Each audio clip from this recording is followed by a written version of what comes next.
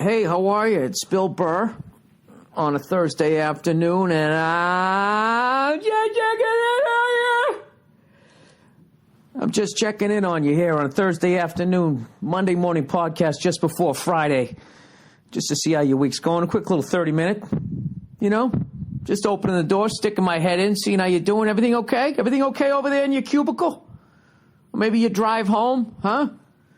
You got your hands 10 and 2 on the fucking wheel like you're supposed to? Driving like a fucking nervous Nelly? Have you ever been comfortable in a car when someone had their hands 10 and 2 on the fucking wheel? Or whatever, 9 and 3, whatever you're supposed to do now, 6:30 and fucking 11:23, whatever the latest thing is. New studies have shown that the way the collarbone reaches the shoulder bone, the most effective way to hold the steering wheel is actually at 9:26. Shut the fuck up. Right? Wasted $1 zillion on that study.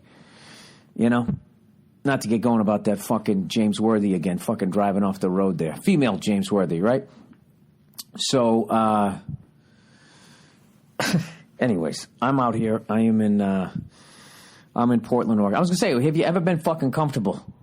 Have you ever been fucking comfortable with someone sitting there when you're riding in a car? All that says is I am brand new at driving, or I am lost, or I am currently being abducted and being forced to drive this car. That's what having your hands at fucking 10 and 2 says to me as a passenger. If I see somebody up there, they fucking leaning on the door, even if it's unlocked, I don't give a shit. They're driving with like 2 fingers. I'm like, all right, this person, he or she, they got this. I see somebody fucking, 10 and 2, and then you start moving your head towards the windshield. Forget it. It's fucking over. That's like, is that a meteor? I just had one of the greatest cab drivers I've ever had. Now being up here in Portland, Oregon, at the beginning of my my tour here through basically Oregon, California. It's mostly California. And it's Oregon, by the way, not Oregon. All right? They don't like that up here. They don't like that. They don't like deodorant, right? They don't like not dressing like you're on Little House on the Prairie. There's all kinds of things that they don't like up here. But they like their food fresh. They like to keep it weird, or whatever the hell they're doing up here. They're keeping it weird with a fucking Chase Manhattan Bank right downtown. Oh, they're keeping it weird out here in Portland. Is that a Men's Warehouse? God damn it, this place is weird. Corporations will always eat your way in. I swear to God, if everybody joined a fucking cult and left civilization within fucking 20 minutes, these corporate cunts would figure it out. They'd figure out how to get a cult-looking Best Buy in there. They'd disguise it, right? They'd make their sign the color of corn and grass. Sprinkle a little fucking, sprays out like patchouli or some shit. They'd figure out how to do it. But anyways, I had this great cab driver on the way from the airport over to the hotel. He was talking. He had a thick accent, so I asked him where he was from. And he was Armenian, and he was from Russia. So I always, anybody can speak a different language. I'm fascinated by. So I just started talking to the guy. And somehow we started talking about cursing in our own languages. And this guy was fucking hilarious. Like, he was talking to him. He's like, in Russia, it's more, like, I was like, how do you say go fuck yourself? He goes, it's not like you say go fuck yourself. And he's like, in America, it's all about fuck. Fucking and everything, fuck you, go fuck yourself. What the fuck is that? He was saying all of that shit where he says, in Russia, it's more like, do I sound like Yakov Smirnoff? In Russia, it's more, like they don't say go fuck yourself. They say go sit on dick. Which I like. That sounds very Russian. Go sit on dick. I must break you after you sit on dick, right? Then they have another one. Instead of saying what the fuck is that, their translation is what kind of dick is this? Like, basically, I know I'm getting fucked. What's going down here? And they don't call anybody a motherfucker. Or they don't say, go fuck your mother. They will say fuck his mother, but it basically means it's not like saying, somebody goes and has sex with his mother. What it really means is fuck his mother for doing such a horrible job raising this fucking asshole that we all have to deal with, which I think is actually a little more intellectual than, fuck your mother, you know? Like imagine as somebody banging your mom. I mean, that's definitely disgusting. But to say fuck his mother, like, because she did such a horrific job, you know, fuck your mother for raising you in such a horrible way that we're now having this conversation, or you're doing this to me. I thought that was one of my favorites that I've heard. Oh, that was one of my favorites. So anyways, I am up here, and he had all these he was fascinating. Like, just to listen to him talking, like, he grew up in Russia, so he's not into the whole democracy thing. Like, I was like, well, do you think we're too free over here? And he was like, yeah. I can't do his accent. He basically said we were too free and that there's fucking chaos over here. And he goes, the other day, and he's here in Portland, he goes, I see this man, 28 years old, and he's dressed like a 5-year-old child in the 1920s. You know, he's like, this man's not a leader. This man's not a head of a household. And I'm dying laughing, I'm going, you mean hipsters? And he's like, yeah. And he was just saying how the kid was not fit to run anything, to run the country, to be in a business or anything. It was one of the funniest fucking takes I've heard on hipsters. You know, I'm not saying it was right, but just his perception of it. And he said that coming from where he came from, he likes having a king. You know, that someone has the balls to just do, you know, to lead people. And he actually liked George W. Bush. He said he wasn't the smartest guys, but he had balls. He was like, fuck you, I'm doing this, which I couldn't argue. I was not a fan of George W. Bush, but I always had to respect the fact that guy did not give a shit. He's, no, we're going to do it again. There we can fight tear. It's like, dude, you really don't, I don't know, you don't really have an exit strategy. I don't give a fuck. I'm fucking going in there, right? But anyways, this guy was actually into having a king and all of that type of shit. And it just, I don't know, fucking blew my mind listening to that. I've never heard anybody saying, you know what, we're too free. It's really weird. And I don't want to I probably shouldn't have said that he was actually Armenian living in Russia. I don't want to fucking get everybody all going again, you know, about the whole fucking USA-Russia thing. Didn't that end? Didn't that end already? Or is that starting back up again? I don't fucking know. All I know is I'm in Portland, Oregon. And, you know, this morning I had a screw up with my itinerary. I thought I was going to LAX at like fucking, you know, 1 o'clock in the afternoon, and it turned out I was flying out of Burbank at 9:30. I discovered this at 7:57 in the morning, about ready to do the Thursday afternoon podcast here. And so that's why I don't have a microphone, because I threw all my podcast shit in. I forgot to put the microphone in, so I apologize for the bad quality. I'm going to try to stop off at a Guitar Center and buy one. If I can find a local mom and pop music store, I would do that. I just tried to find one within walking distance, and it was closed for good, it said. So, but anyway, so even with that, driving over to Burbank and fucking rushing through the airport and everything, I'm beyond excited to go on this tour. And it made me psyched, you know, that if you're having a shit day and you're still excited to go to work, you're doing the right job, I think, anyways. But, so anyways, what the fuck am I rambling about? I don't know. What the fuck is with my brain today? My brain is all over the place. I want to talk about Donald Trump. There we go. I don't have my list in front of me. I usually got a couple of subjects to keep me rolling here. Did you guys see Donald Trump talking about that he wanted to, and he's going to run for office here? President of the United States. How fucking stupid was that announcement? The way he like drew it out like everyone was going to be excited. So I am announcing my candidacy for the president of the United States. It's like, we got it, Donald. We got it. We got it, okay? We understand. All right? You're going to be running. Like, this is like a good thing. I've seen guys like this run my entire life. These guys who are just like, I got a ton of fucking money and I'm just going to go in there. It's like, no, dude, you're going to get the shit kicked out of you. You're going to get the shit kicked out of you because you're going to be going up a bunch of guys' smileys that are already bought and paid for, and those are the guys that are going to get in.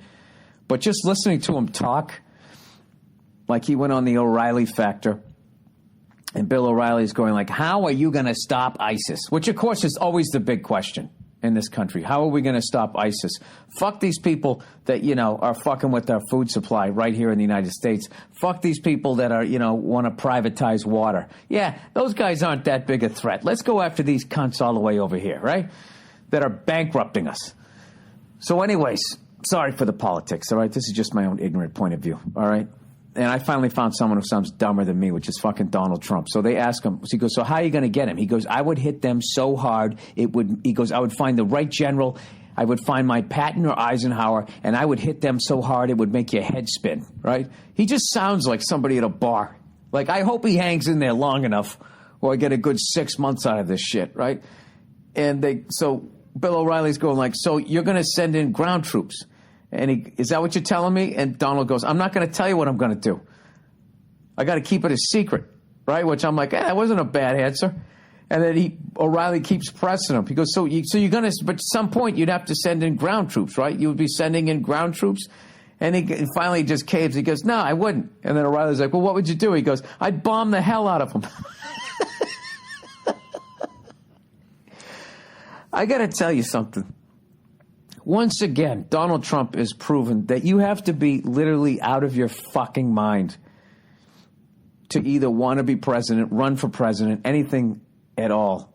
For him to just casually just say, I'm going to bomb the hell out of them. I would think that would be like, even if you knew that that's what you had to do, that's a hell of a fucking thing to have to say. Because not all of those bombs are going to land on the people you're trying to hit. Some of them are going to land on some mother feeding a baby, and then that's going to be on your conscience for the rest of your fucking life, even if it was the right thing to fucking do. So you try to, I don't know, I guess choose your words more carefully, or maybe it's refreshing that he just, bomb the hell out of him. He should have literally just been stuffing a sandwich in his fucking mouth as he's talking. I kicked the shit out of him. I hit him right in the fucking balls. Just speaking in, just total generality. I mean, he sounded like he was doing a podcast. He didn't, he sounded like me. I don't know. But, he did all right in the hair plug department. Remember when he was doing that psycho fucking flock of seagulls comb over that he was doing? That thing has disappeared. Let's give it up to the people who make hair plugs. They're really doing a hell of a job. They started off horrifically. Or whatever, the hair transplant. I think Elton John got the first one. He's been wearing wigs ever since.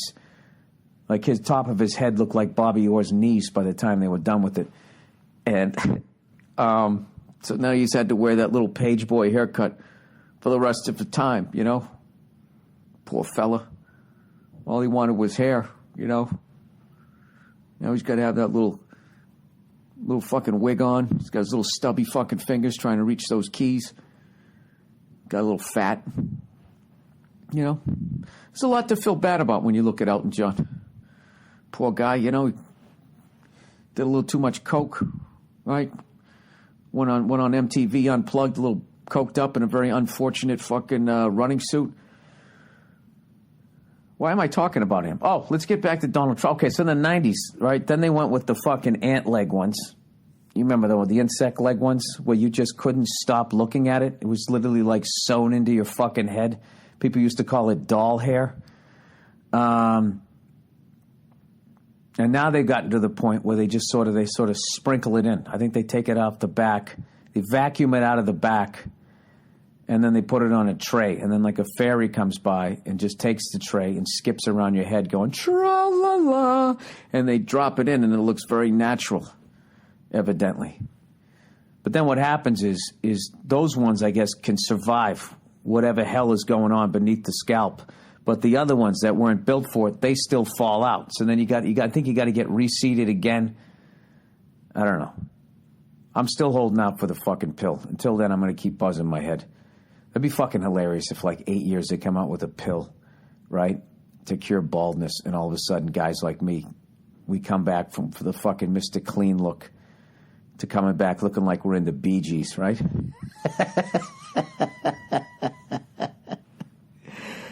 That'd be fucking hilarious. I would actually be willing to take the risk on that one, which is really fucked up because that it would do some sort of unbelievable damage to your liver. There's no way.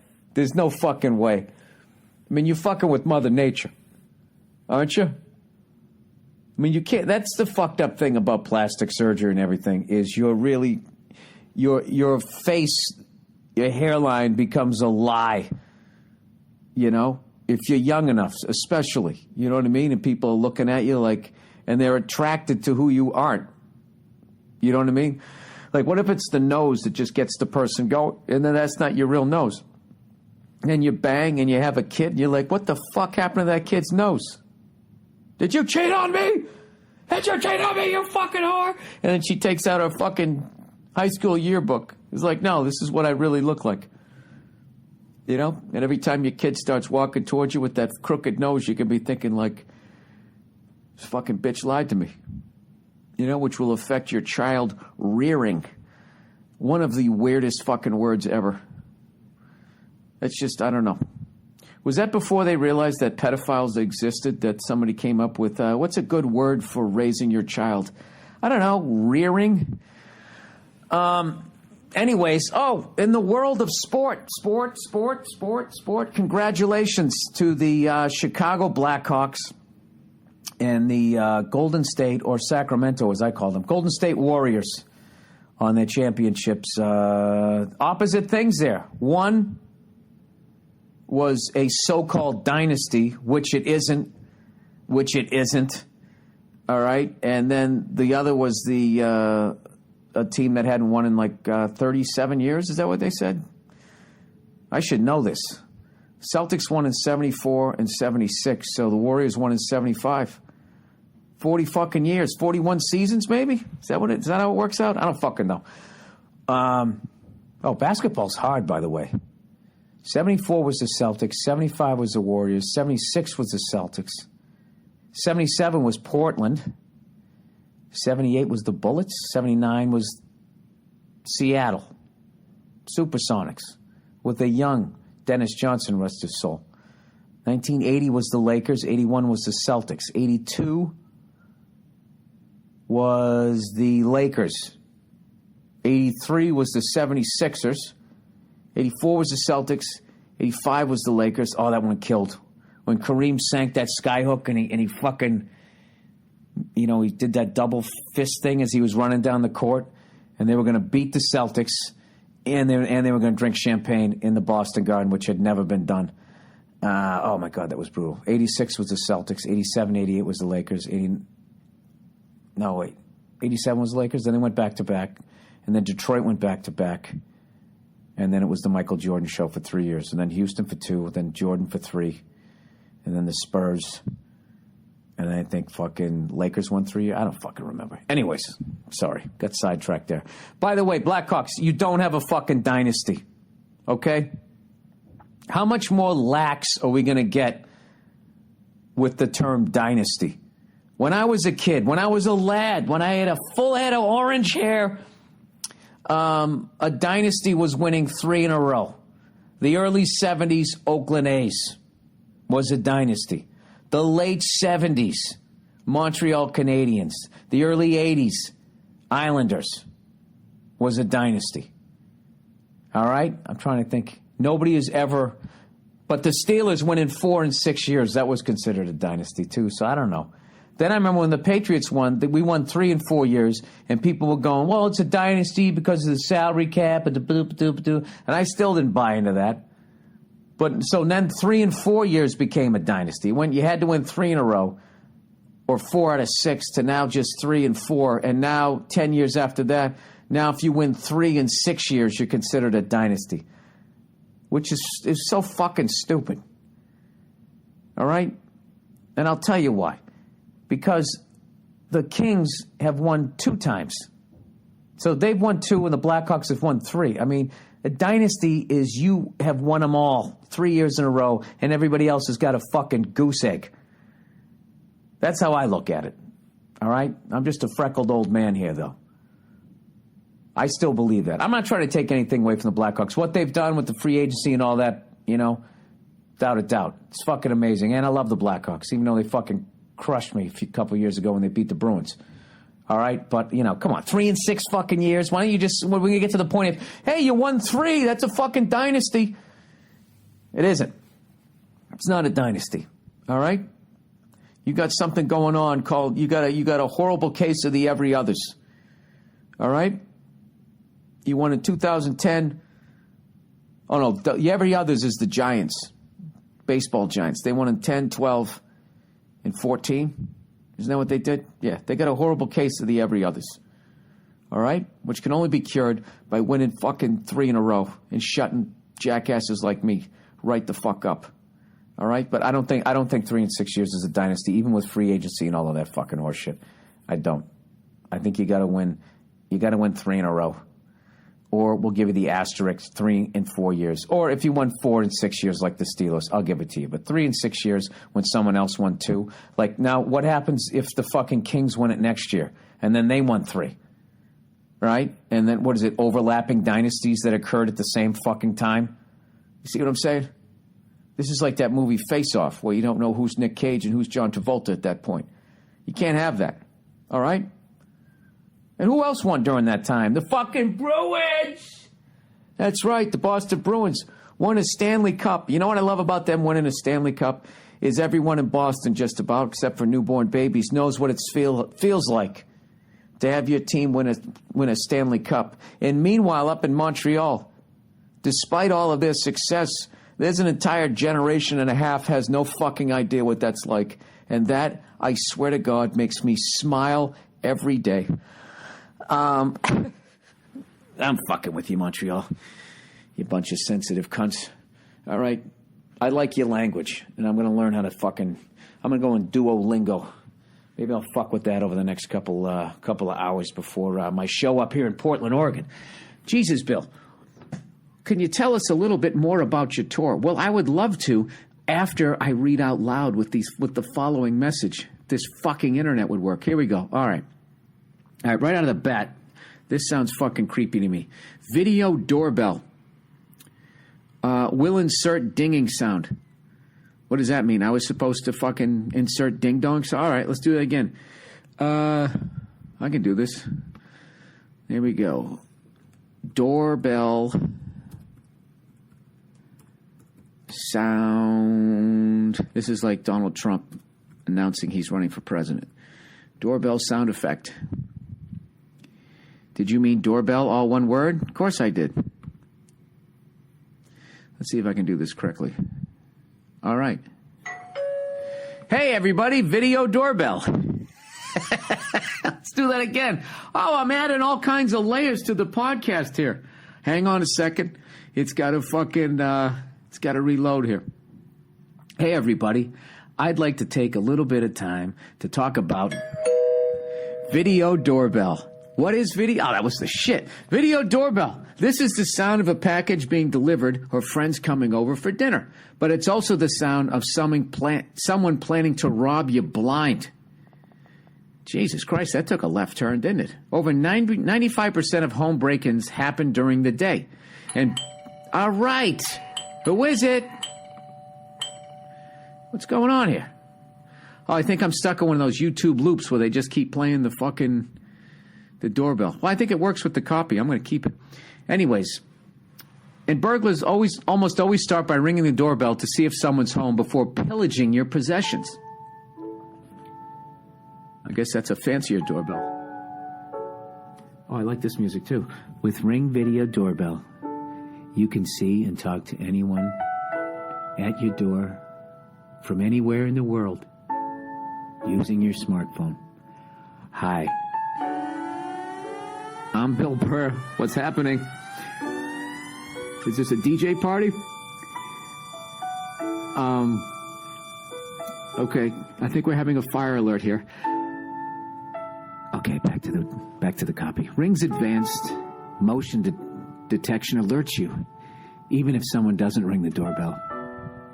It's like a caller ID for your home.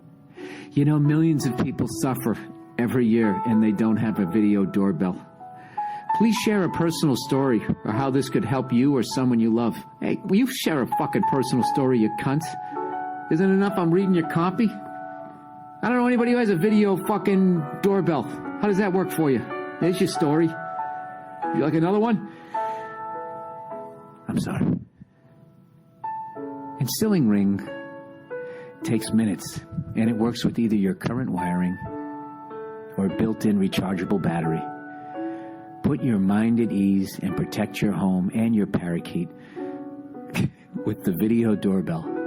Time magazine named one of the top 10 gadgets of 2014.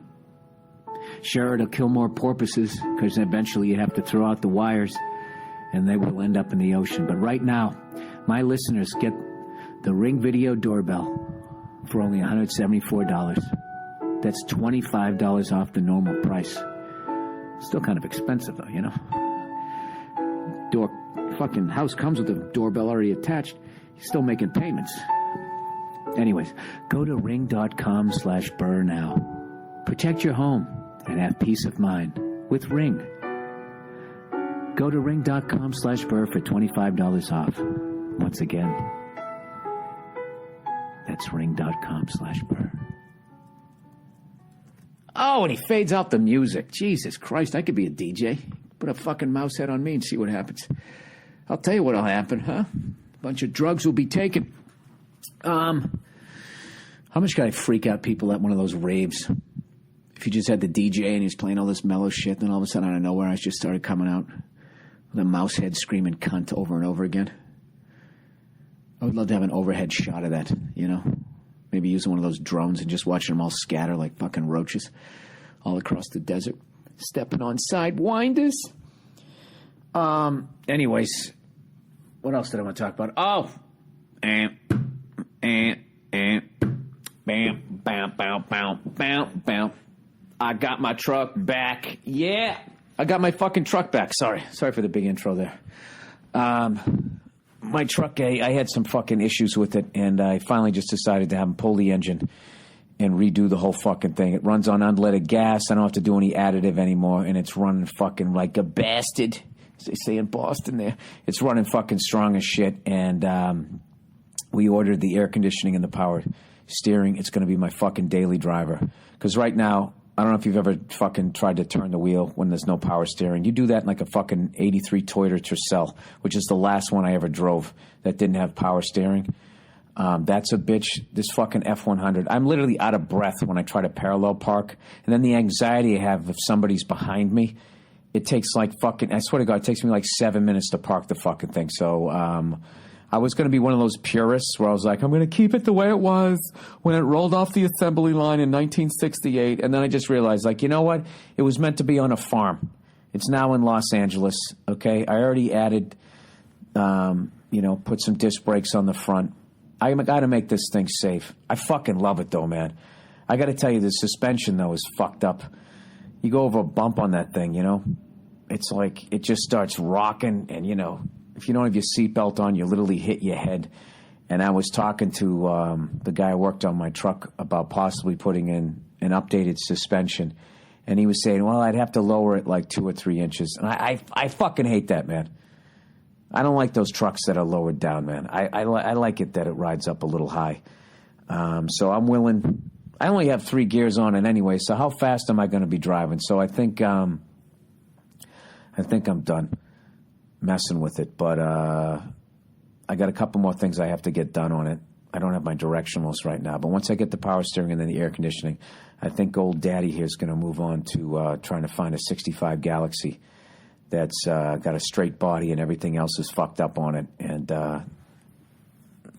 I'm actually going to get that thing with automatic transmission. I was thinking about having a stick in it. I've always liked driving a standard. I just think it's cool, man. You feel like you're driving the fucking car. You know? I don't know. I'm just that grumpy old man. Like, now the cars are going to drive themselves. It's like, why the fuck would you want to do that?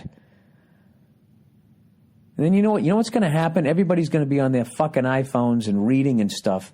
And all you're going to see going down the street is people hanging their heads out of these cars and they're not driving, puking out the side because everybody's car sick. That'll be the next thing that somebody will sell for $19.95. It'll be like these fucking, one-size-fits-all curtains that you can fucking wrap all the way around the inside of your car so you can read while it's driving and not get sick or fucking jerk off or have sex with somebody, right? What the fuck do you care? You know what I mean? You know what's funny about that is the liability that the automakers will somehow get off of themselves. It'll somehow still be your fucking fault, and the insurance company still won't pay you when the car that was supposed to drive by itself just stops working. Dude, how many times a week does your laptop crash? How good are these computers going to be that I'm just going to just get in this fucking thing that has no conductor, no pilot, no nothing. I'm just sitting in this fucking thing. The car's going 40 miles an hour, and so's my brain in my skull. Physics. It's going as fast as the car, and when the car smashes into the tree, that's what my brain does to the front of my skull and goes back again. And then what happens, huh? What happens? Like a good neighbor, go fuck yourself. That's what the insurance companies will do. I'm not into that at all, man. I am into, my phone is ringing here. Who the fuck is this? Well, I don't know who that is because you don't have a phone. No ID? I don't pick up. I'm actually bullshitting. I'll pick it up after this, once this podcast is over. So anyways, I am so fucking excited to do this goddamn tour. I'm going to so many cities that I've never been to before. I've been to Portland before, a bunch of times actually. Back in the day, I used to work Harvey's Comedy Club, and the last time I was here, I worked Helium. I did a bunch of colleges up here before. I used to do Coos Bay. Like every other year, I would go down there. And after I do Portland, then I just blow all the way through fucking California and all these places I've never been to. Sacramento, I've been there before. I'm there on the 19th. Then I go to Reno, which I've been there before. I'm going to go to Bizarre Guitar and Gun Shop. And then I'm back to California, and I play Santa Rosa. Never been there. Doing 2 shows there, and according to the people, that's the last place George Carlin performed at before, unfortunately, he passed away. Oh, I'm doing one show. Sorry, one show there. On June 21st, so that's going to be an unbelievable night. Then on the 22nd, I'm in San Jose. Then I'm in Fresno. Never been to Fresno. At the Warner's Theater. I thought I said the Warriors Theater. I was like, that's a cool fucking name. Then I'm in Bakersfield. Never been there. I've driven through it, stopped and got gas, never fucking hung out there. And then I'm in Highland, California on the 25th for 2 shows. Then I'm in Vegas at the Mirage. And then I'm in Tucson. I mean, it's just going to be a fucking awesome tour. Got a really badass poster once again, kind of making fun of the drought out here. I actually retweeted a copy of it. I'm just really looking forward to this, getting this fucking hour up to speed so I can murder with it, you know, because this time last year I taped I'm Sorry You Feel That Way, so I'm already, the clock is ticking. Sometime next year I will tape another special. And it's what I plan on doing for the rest of my career because I don't know why. I still love doing this shit. 23 years in, I should not be excited to be going to Fresno and Bakersfield. But I am because I've traveled enough to know that I'm going to meet some people out there and they're going to tell me some places to eat.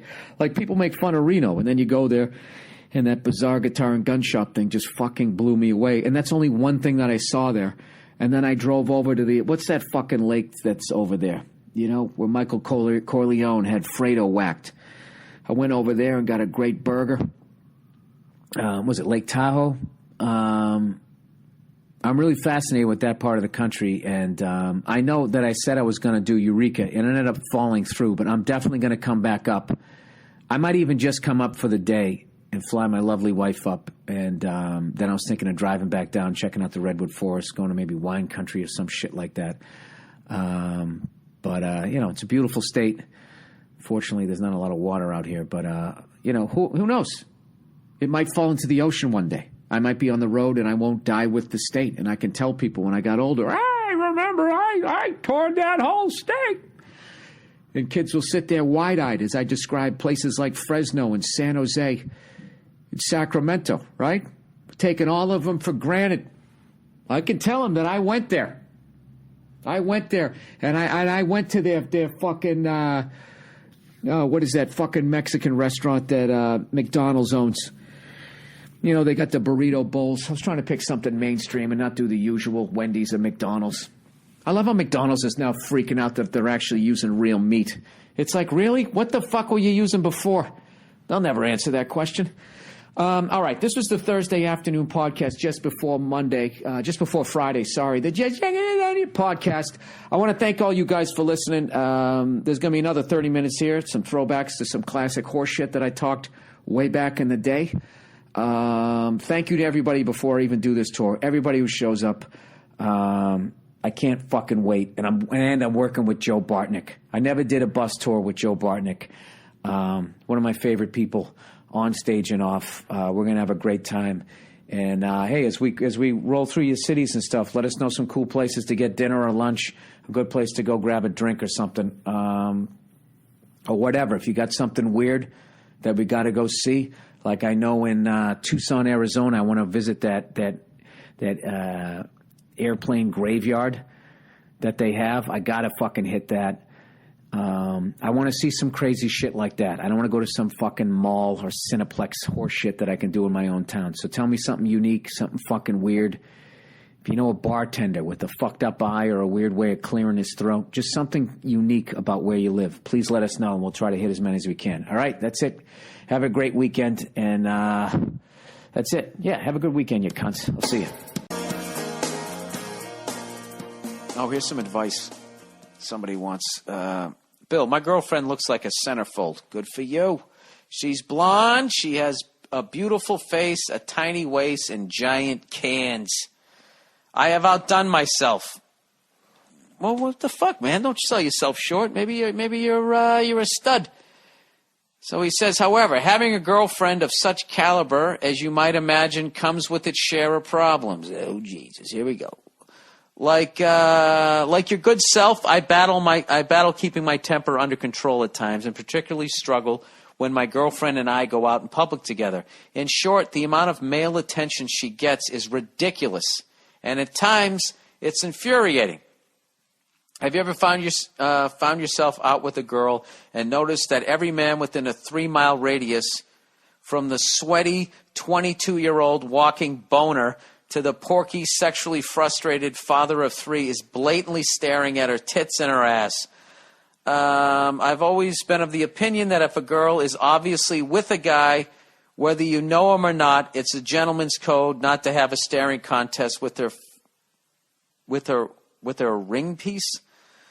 I don't know what that means. What's that? Looking at her pussy? I have no idea. This guy's from Australia. If a girl is alone or with girlfriends, sure, objectify the shit out of her.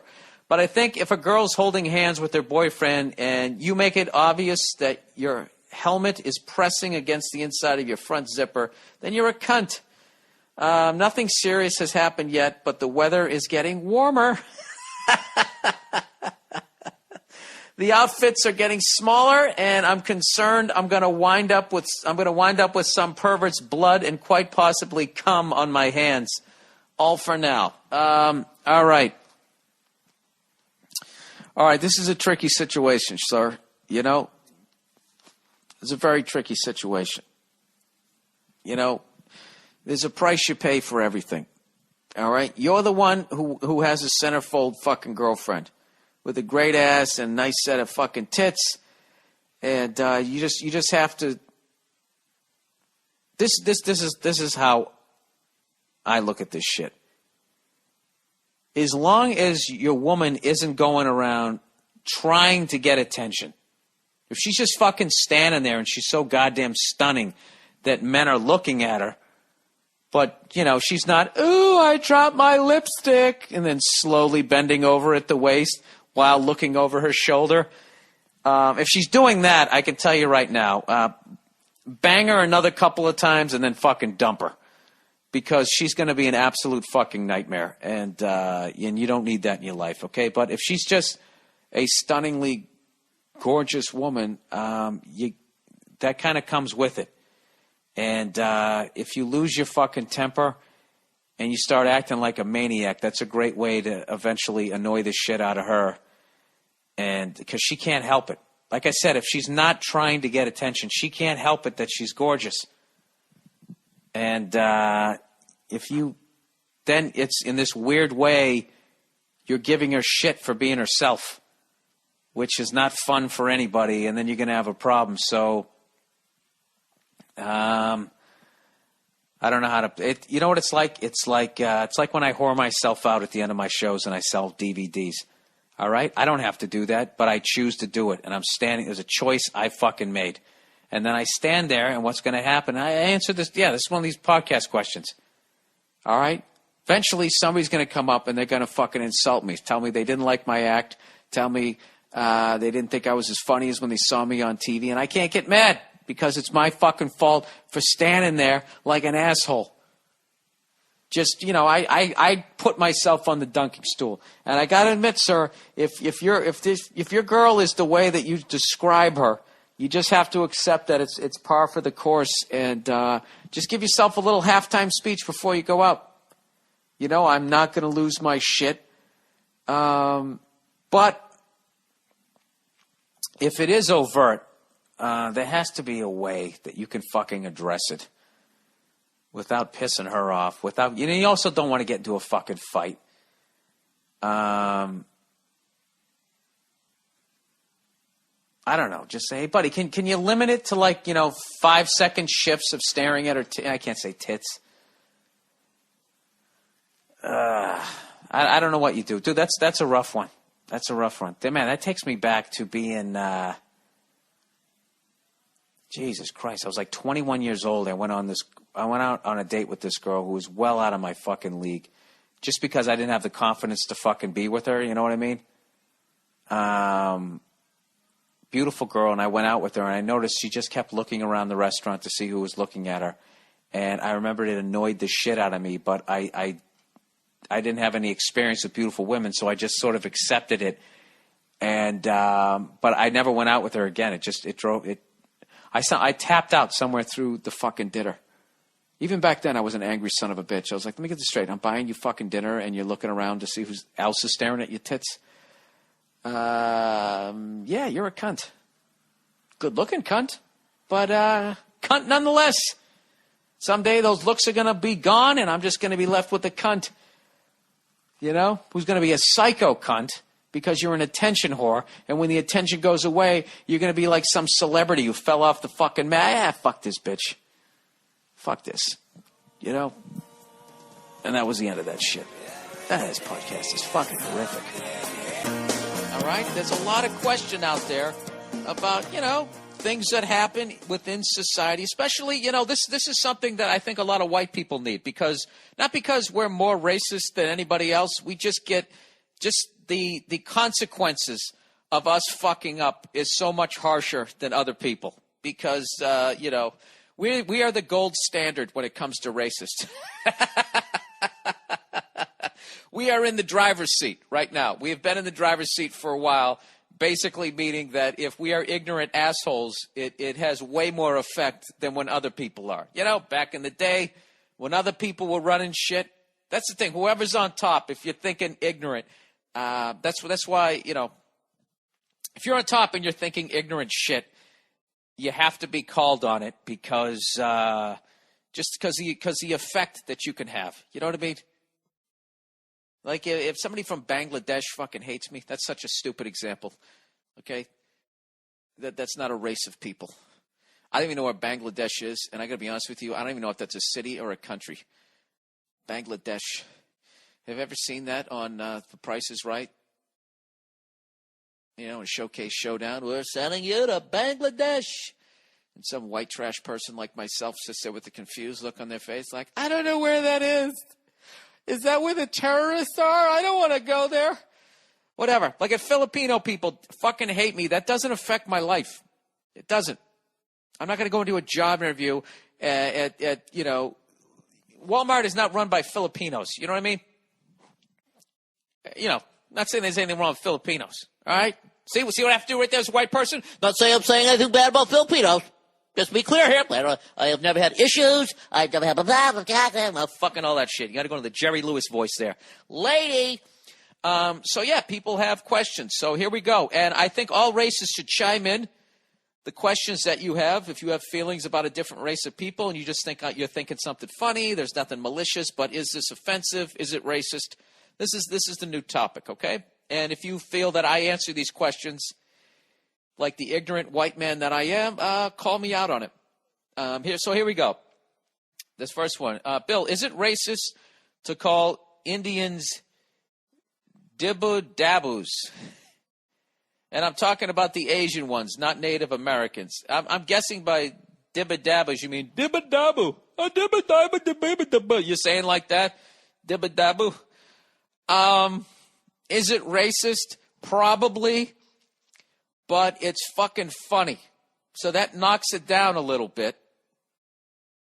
This is what I feel that makes something like racist. It's like the reason why that one isn't as offensive is because we never enslaved them. That's the reason why white and black shit is so sensitive, is because of the shit that we did to them. But we haven't really fucked with those people, you know? So if the black version of that was, is it offensive to call black people, hey man, motherfucker, or whatever? Yes, that would be offensive. If you did some sort of mocking of the way they spoke, yes, that would be offensive. If some CEO was giving a speech and I was driving, actually I was having someone else drive my town car, and we drove by a group of, yo motherfuckers, and they proceeded to walk towards, yeah, you'd have to apologize. So I guess technically, like that would be, that would be offensive. Is it racist? This is what I really, it's hard for me to say because it's what's in your heart, you know? Because I make fun of everybody, you know? I mean, I play a game out here when someone is making, let me ask you, I got a question for you. Is this racist? I have a game out here when I ride around with Nia, and she does not approve of this, to keep her in the clear. She does not approve of this. When somebody makes a moronic move in front of me, you know, driving, you know, just makes a fucking horrific move, I play a game called Old or Asian.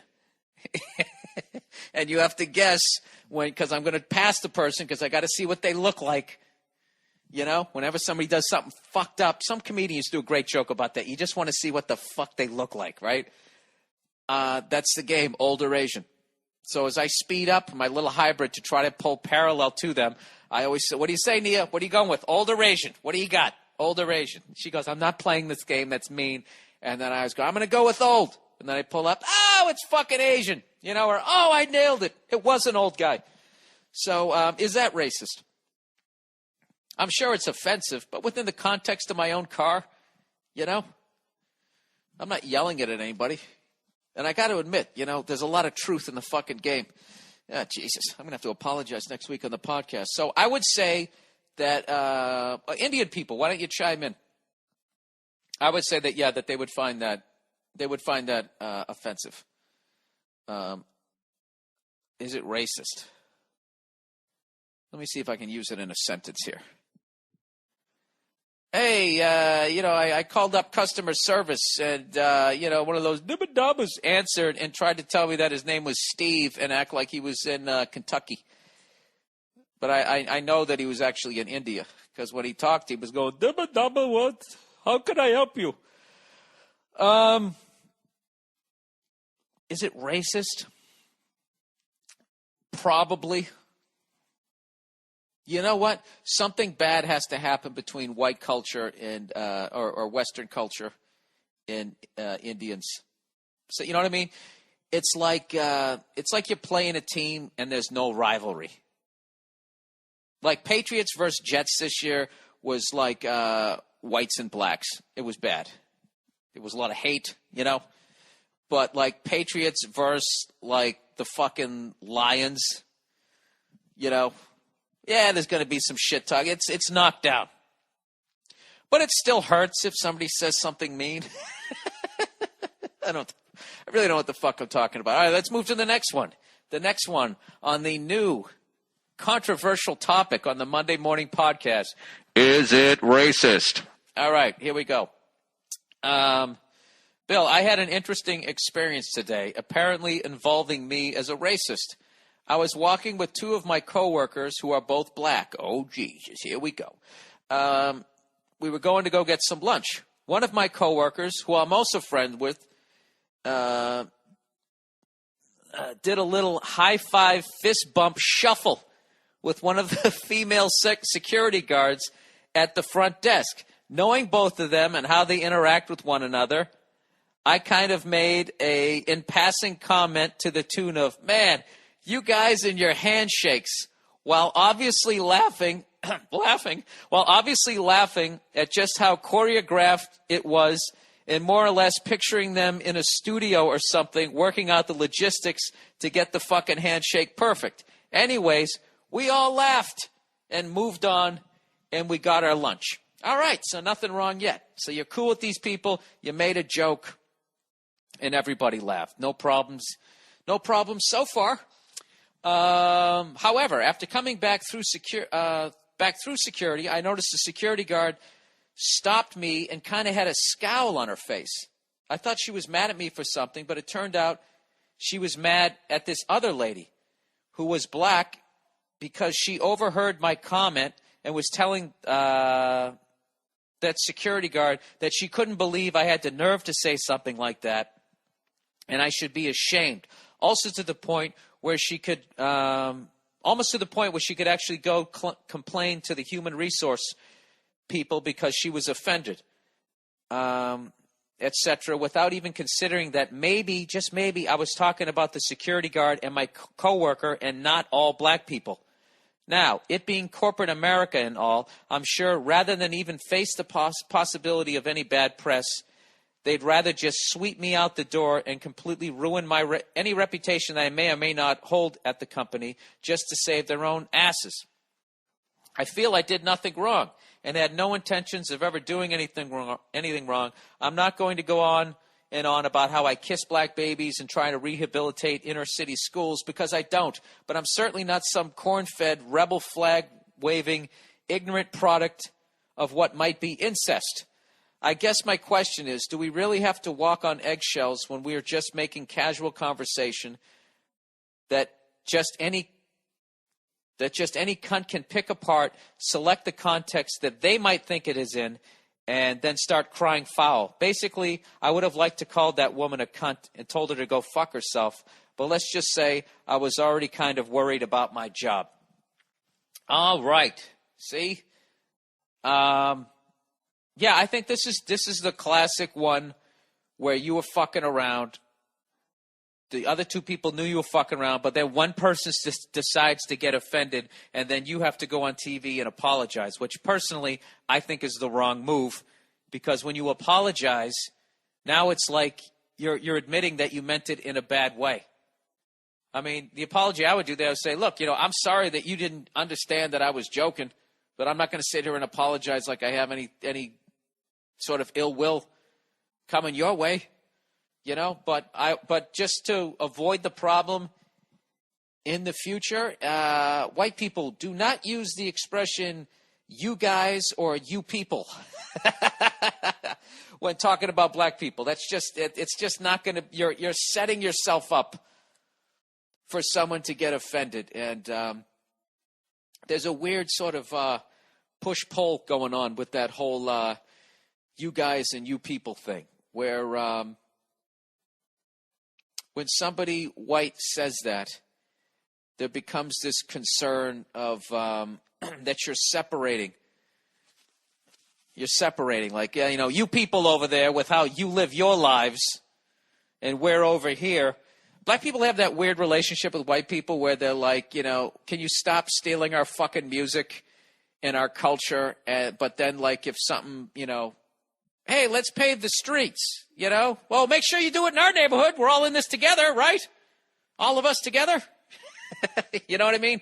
So it's that weird sort of fucking push-pull thing going on. So, yeah, just avoid the whole fucking, you fucked up. You didn't fuck up, but you left yourself open for a sucker punch by saying "you guys." I guess that's what it is. I don't know. That's my. I'm basically a white guy telling a white guy how he fucked up. So black people, if you're listening to this thing, please help me out here. Did I basically get it right? Is that essentially it? And I know most people wouldn't get offended. All right. So there you go. That's the new topic.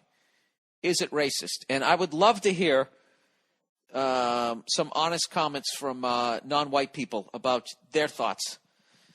You know, the fucked up ones too. Okay?